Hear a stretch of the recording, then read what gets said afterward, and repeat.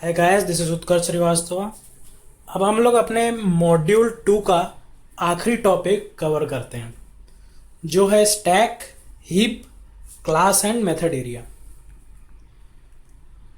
Basically Java का जब भी कोई भी प्रोग्राम एग्जीक्यूट होता है तो सारा काम मेमोरी से लिंक करता है जेआरई, क्योंकि आप ऑब्जेक्ट्स बनाएंगे, वेरिएबल्स बनाएंगे और मेथड्स को भी एग्जीक्यूट करेंगे, तो मेमोरी से लिंक होना बहुत ज़रूरी है।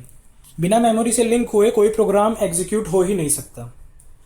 तो बेसिकली मेमोरी तो काफ़ी बड़ी होती है, और अगर जेआरई को कोई प्रोग्राम आसानी से एग्जीक्यूट करना है तो वो मेमोरी को 3 हिस्सों में डिवाइड कर देता है, जिससे उसका काम आसान हो जाता है। बेसिकली जावा प्रोग्राम जब एग्जीक्यूट होता है तो मेमोरी के जो 3 हिस्से हैं वो होते हैं stack, heap, class and method area. अच्छा, तो अब इन तीनों में क्या क्या होता है, पहले स्टैक को देखते हैं। स्टैक में बेसिकली सारे लोकल वेरिएबल्स होते हैं जो भी मेथड उस समय एग्जीक्यूट हो रहा है उसने जो भी वेरिएबल्स बनाए हैं। मान लीजिए आपने एक मेथड में जैसे मेन में ही इंट ए लिखा या इंट बी लिखा, तो ये 2 वेरिएबल्स हो गए, तो स्टैक में ये दोनों वेरिएबल्स आ जाएंगे। आपने कोई ऑब्जेक्ट बनाया, जैसे मैंने पिछला एग्जांपल लिया था ticket T1 equals to new ticket, तो उसमें टिकट T1 एक रेफरेंस वेरिएबल है और वो रेफरेंस वेरिएबल मेन मेथड में क्रिएट हुआ है। तो इसका मतलब है मेन के स्टैक वाले एरिया में वहां पे T1 भी आ जाएगा। ऑब्जेक्ट नहीं आएगा वहां पे, केवल रेफरेंस वेरिएबल आएगा, क्योंकि आप जानते ही हैं ऑब्जेक्ट मेमोरी में अलग जगह स्टोर होता है। रेफरेंस केवल आपको प्रोग्राम एग्जीक्यूशन में उस ऑब्जेक्ट का एड्रेस देता है। अच्छा, और दूसरा एरिया आ जाता है हीप। हीप वो एरिया है प्रोग्राम का जहां असल में आपके ऑब्जेक्ट्स होते हैं।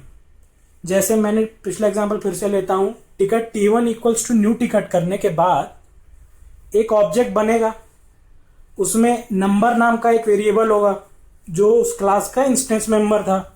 तो ये जो पूरा एक ब्लॉक है ये हीप में आ जाता है और इसका एड्रेस T1 में आ जाता है, और T1 स्टैक में है क्योंकि मेन में T1 क्रिएट हुआ था।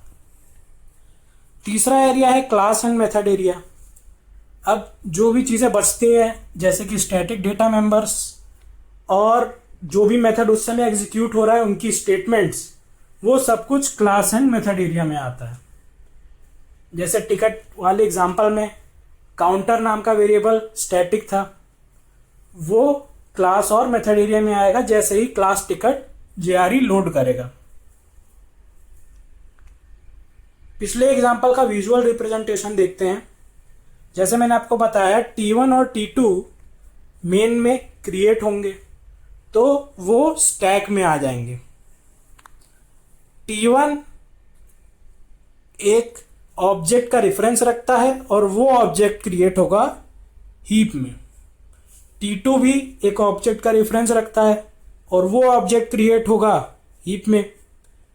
दोनों के पास नंबर की सेपरेट कॉपीज होंगी क्योंकि वो इंस्टेंस मेंबर हैं, मगर दोनों एक ही काउंटर को रिफर करेंगे क्योंकि काउंटर स्टैटिक डेटा मेंबर। और जैसे ही क्लास टिकट लोड होगी काउंटर क्लास और मेथड एरिया में क्रिएट हो जाएगा और सारे मेन के इंस्ट्रक्शंस यहां पे आ जाएंगे।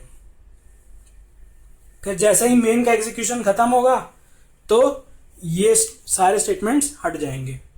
वैसे मेन का एग्जीक्यूशन तो खत्म होते ही प्रोग्राम टर्मिनेट हो जाता है।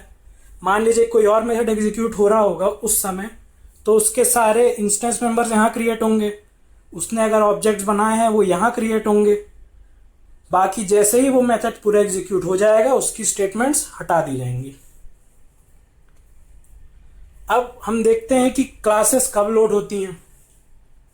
क्लासेस बेसिकली 2 तरह से लोड होती हैं, या तो एक्सप्लिसिटली या तो इम्प्लिसिटली। एक्सप्लिसिटली का मतलब जब आप प्रोग्राम एग्जीक्यूट करते हैं तो आप टाइप करेंगे जावा स्पेस जो भी क्लास को आपको एग्जीक्यूट करना है, तो ये जेआरई को बोलता है कि आप इस क्लास को लोड करो और इसका मेन मेथड एग्जीक्यूट करो। तो फिर ये क्लास लोड करनी पड़ेगी जेआरई को। ये एक तरीका हो गया क्लास लोड करने का। दूसरा तरीका है इम्प्लिसिटली। मान लीजिए आपने उस क्लास का कोई भी ऑब्जेक्ट बनाया अपने प्रोग्राम में, वो क्लास किसी और फाइल में स्टोर है पर उसी फोल्डर में है या फिर उसी पैकेज में है।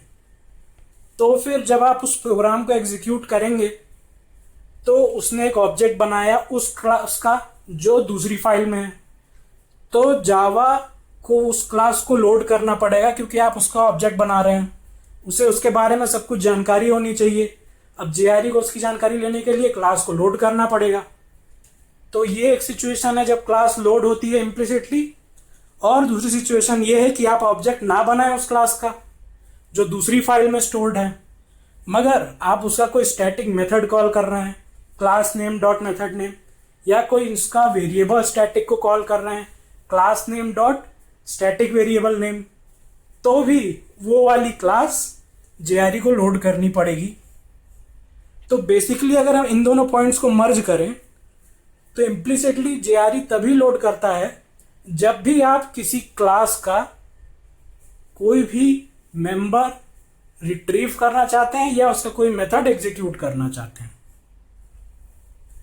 आप एक ही क्लास का नाम देते हैं जब आप क्लास एग्जीक्यूट करते हैं, मगर अगर उस क्लास के किसी मेथड में किसी दूसरी क्लास का ऑब्जेक्ट या कोई भी मेंबर कॉल होता है तो जेआरई को वो क्लास लोड करनी पड़ेगी। अब क्लास लोड करने के स्टेप्स क्या होते हैं, ये बहुत इंपॉर्टेंट चीज है। सबसे पहली चीज जो होती है क्लास लोड होते समय वो है उसके static data members method class और मेथड एरिया में क्रिएट हो जाते हैं। ये पहला स्टेप है क्लास लोडिंग का। उसके बाद अगर आपने कोई स्टैटिक ब्लॉक बनाया है या फिर अगर नहीं भी बनाया है तो जेआरई अपने आप बना देगा। अगर आप स्टैटिक ब्लॉक में कोई प्रिंट स्टेटमेंट या कुछ भी डालते हैं तो वो दूसरी चीज है जो जेआरई एग्जीक्यूट करेगा। मानी क्लास लोड होते समय ये दो चीजें तो होंगी। सबसे पहले ये बार बार नहीं होंगी। आपने पहली बार किसी क्लास को यूज किया, मान लीजिए मैंने टिकट टी वाले एग्जांपल में दो ऑब्जेक्ट्स बनाए थे। टिकट वाली क्लास मान लीजिए मैंने किसी और फाइल में डाली हुई है, तो मैं जब यूजर वाली क्लास से ticket T1 equals to new ticket करूंगा तो उसके सारे स्टैटिक डेटा मेंबर्स क्रिएट हो जाएंगे और उसका स्टैटिक ब्लॉक एग्जीक्यूट हो जाएगा। अगली बार ticket T2 equals to new ticket जब मैं करूंगा तो जेआरई इस क्लास को ऑलरेडी लोड कर चुका है, तो ये दोनों स्टेप एग्जीक्यूट नहीं होंगे। फिर ये वाला टास्क, ये वाला स्टेप हर बार होगा। और ये स्टेप है कि आपने जो भी काम के लिए दूसरी क्लास को रिफर किया है वो काम एग्जीक्यूट होगा। ये तो करना ही है जेआरई को। आपने किसी काम के लिए दूसरी क्लास का कोई भी मेंबर या फिर ऑब्जेक्ट बनाया है तो उस सिचुएशन में ये स्टेप तीसरा और आखिरी स्टेप होगा। तो चलिए दोस्तों, इसी तरह से हमारा दूसरा मॉड्यूल कंप्लीट होता है।